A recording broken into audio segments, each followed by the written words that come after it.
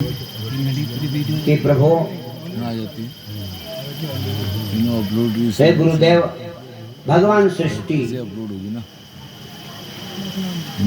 सृष्टि का विस्तार क्यों? ये परीक्षित प्रसंग में भी कुछ बातें हमने आपको सुनाई थी, बहुत विस्तृत है वो भी।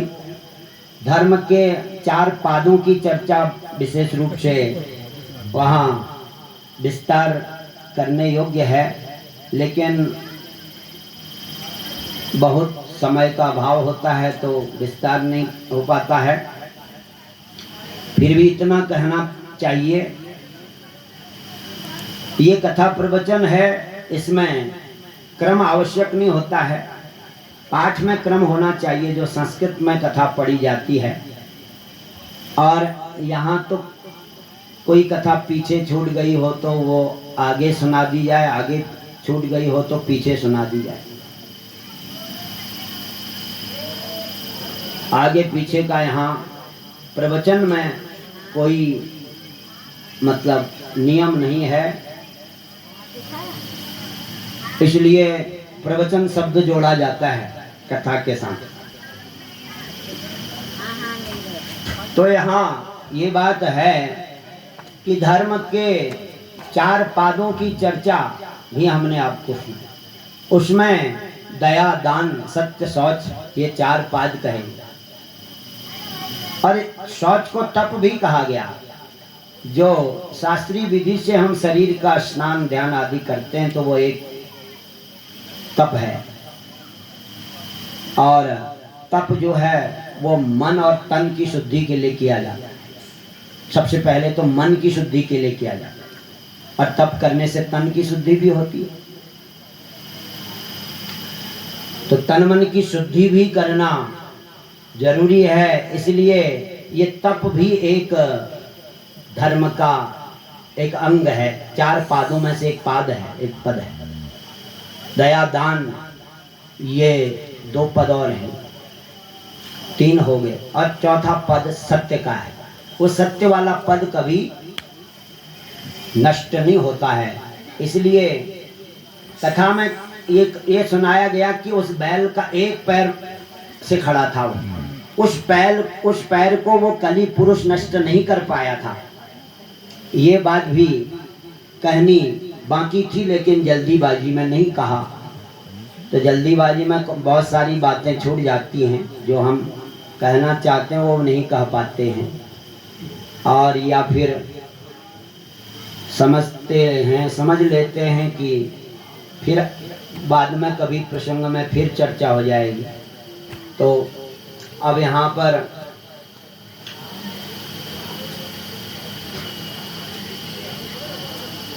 ये चर्चा आई कि सत्य का जो पाद है वो 4 युगों में बना रहता है, और कहा जाता है कि सबसे बड़ा कलिकाल के लिए सबसे श्रेष्ठ पाद है दान का। प्रकट 4 पद धर्म के कलिमह एक प्रधान, येन केन विधि दीने दान करे कल्याण। तो एक पाद जो दान रूपी पाद है, दया, दान, सत्य, शौच। तो ये दया का पाद कलयुग में प्रधान इसलिए है, दान करने से उदारता बढ़ेगी, उदारता से दया भाव भी बढ़ेगा, दया भाव बढ़ने से सत्य भी आएगा। इस प्रकार दान के माध्यम से ही व्यक्ति का जीवन उदार बनेगा। तो जैसे हम कहते हैं ना, ये व्यक्ति बड़ा उदार है, उदार में तो फिर 4 पाद आ जाते हैं। अगर वो उदार बनता है, दानी बनता है, तो उसमें सत्य, शौच और दया, दान भी फिर आने लगता है।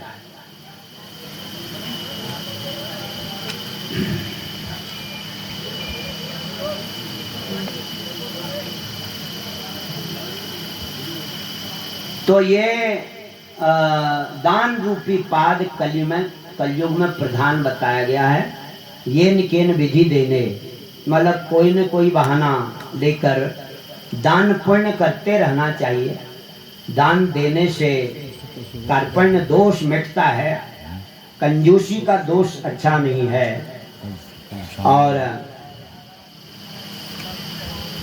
इसलिए दानी स्वभाव बढ़ाना चाहिए, उससे और भी जो पाद हैं उनकी भी पूर्ति होगी, फिर दया भी आएगी जीवन में, फिर सत्य से भी प्रेम होगा, और फिर वह जो है तप भी करेगा। हाँ भाई, जब हम इतना कर ही रहे हैं और तो इसको क्यों छोड़ें, धर्मात्मा बने तो पूरे ढंग से ही बने, तो उसको अकल आएगी और दान का जो पुण्य मिलेगा उसके प्रभाव से भी उसकी मति गति अच्छी हो जाएगी, तो वह दयावान भी बनेगा, दानी स्वभाव का जो है वो तप भी करेगा, वो जप भी करेगा, वह तीर्थ व्रत में भी उसकी बुद्धि लगने लगेगी। तो इसलिए दान का विशेष महत्व कहा। और अब यहाँ सृष्टि वर्णन का प्रश्न था, सृष्टि विषयक प्रश्न की चर्चा परीक्षित जी ने पूछा था कि शब्द ब्रह्मात्मनस्तस्य व्यक्ता व्यक्ता सनात्मनः, शब्द ब्रह्मात्मनस्तस्य माने सर्वप्रथम परीक्षित जी का जो सृष्टि विषयक प्रश्न है कि ये सृष्टि भगवान ने क्यों बनाई और ये सृष्टि का प्रयोजन क्या है, क्या भगवान जो भी लीला करते हैं, जो भी कार्य करते हैं, या उसका कोई प्रयोजन होता है, किसी उद्देश्य से करते हैं या निरुद्देश्य होकर करते हैं। भगवान कोई ऐसे नादान बालक तो नहीं है जो निरर्थक प्रक्रिया करेंगे, भगवान की हर एक प्रक्रिया का कोई विशेष उद्देश्य होता है। उनका खेल भी जो है वो जगत कल्याण के लिए होता है। जैसे कालीदह में खेल रहे थे, गेंद खेल रहे थे, यूं तो देखना, यूं तो लग रहा था कि कथा का हम आगे विस्तार तो सुनेंगे, लेकिन यहाँ पर प्रसंग बस चर्चा आती है तो कहा जाता है कि भगवान ने वो लीला भी छोटे बचपन में खेली थी, और उद्दंडबाजी जो नटखट लीला है, वो झगड़े की लीला है, श्री रामा की गेंद को जबरदस्ती और कालीदह में फेंक देना है। ये बाहर से तो लग रहा था कि निरर्थक प्रक्रिया है ये, जैसे बच्चे गेंद खेलते हैं, उधर फेंकता है वो उधर फेंकता है, कोई वो जानते नहीं है इसका क्या उद्देश्य, किसी उद्देश्य से नहीं करते वो बच्चे, अपना समय उनकी स्वाभाविक प्रवृत्ति होती है खेलने की। भगवान की ऐसी कोई किसी प्रवृत्ति के वश में नहीं है, भगवान वो प्रवृत्ति से परे हैं, किसी भी प्रवृत्ति से परे हैं। तो इसलिए उन्होंने क्यों डाला गाद वहां, क्योंकि जल को निर्मल करना था, उन नाग परिवार को वहां से विदा करवाना था, और अपना वह दिव्य नित्य लीला देवताओं को उस लीला का दर्शन कराना था, भक्तों को प्रसन्न करना था। ऐसे अनेक उद्देश्य थे, एक नहीं। हरि अवतार, हरि लीला के जो उद्देश्य हैं वो परम विचित्र हैं, एक से एक बढ़कर हैं, लेकिन उनको केवल भगवान ही समझते हैं, अथवा जिसको भगवान समझाते हैं वही समझता है। हरि अवतार के हेतु अनेका, तो कह सकते हैं हरि लीला के हेतु अनेका। अवतार का मतलब लीला ही है, अवतार लीला, तो हरि लीला के हेतु अनेका, परम विचित्र एकते एका। तो वो तो सब विचित्र ही हैं, उसको कौन जानेगा, वही जानेगा, सो जाने जही दे जनाई, जो वही जान पाएगा। तो यहाँ कहते हैं, और ये जो प्रसंग आया कि सृष्टि का विस्तार किस लिए किया गया, तो इसका कोई अर्थ है।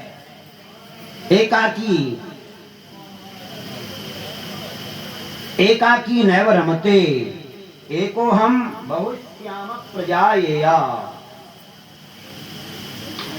एको हम बहुश्यामः प्रजायेया, एकाकी नैव रमते। भगवान का ये संकल्प है, कहते हैं कि भगवान खेल खेलते हैं आनंद के लिए, कल्याण के लिए, और खेल खेलते हैं तो फिर अनेक की जरूरत पड़ती है। तो ये सारा संसार भगवान का खेल है, इसलिए इसमें सब कुछ अनेक है, इसमें एक नहीं है। मूर्ख लोग ऐसा भाषण करते हैं कि भगवान ने सब एक जैसा बनाया है, क्यों भेदभाव करते हो, क्यों? परंतु भगवान ने भेदभाव घृणा के लिए नहीं बनाया है, कल्याण के लिए बनाया है। छोटे बड़े की मर्यादा रहे और विद्या विनय रहे और कर्मानुसार श्रेणियां भी हों। जो ऊंचे कर्म करने वाला, ऊंची सोच वाला ऊंची श्रेणी का ही कहा जाए, मध्यम कर्म करने वाला मध्यम श्रेणी का कहा जाए और निकृष्ट कर्म करने वाला नीच पानी भी कहा जाए। ऐसा कहा ही जाना चाहिए, छोटा बड़ा समझना ही चाहिए और तदनुसार व्यवहार भी करना चाहिए, लेकिन घृणा नहीं करनी चाहिए किसी से। तो घृणा नहीं है, भेद व्यवहार है। ऊंच नीच भी जरूरी है, रात दिन भी जरूरी है और सब भगवान ने अलग अलग बनाया है। अधर्म भी रहेगा, उसका नाश नहीं होता है, वो भी भगवान की सृष्टि में धर्म की पहचान के लिए अधर्म बना है। जो अधर्म के पात्र हैं उनको अधर्म में धकेला जाएगा, जो धर्म के पात्र हैं वो धर्म में ही रहेंगे, जो पाप के पात्र हैं वो पाप में ही धकेले जाएंगे। पाप प्रभावात करोति पापम और पाप प्रभावात भवेत दरिद्री और दारिद्र्य भावात करोति पापम पुनः दरिद्री पुनरेव पापी। इस प्रकार का एक पद्य आता है। इस संस्कृत पद्य का यही मतलब है कि पाप भी बना है, पुण्य भी बना है, धर्म भी बना है, अधर्म भी बना, रात भी बना, दिन भी बना, ऊंच भी बना, नीच भी बना, सब बनाया भगवान ने, सबको समान नहीं बनाया। जब अनेक करना था तो फिर एक क्यों करेंगे, वो सबको एक जैसा क्यों बनाएंगे? सबको कर्म बंधन में बांधेंगे, जो जैसा कर्म करेगा वैसा ऊंच या नीच बनेगा। भगवान ने 4 जातियां भी बनाई, देवताओं की 8 जातियां बनाई, मनुष्यों की 4 जातियां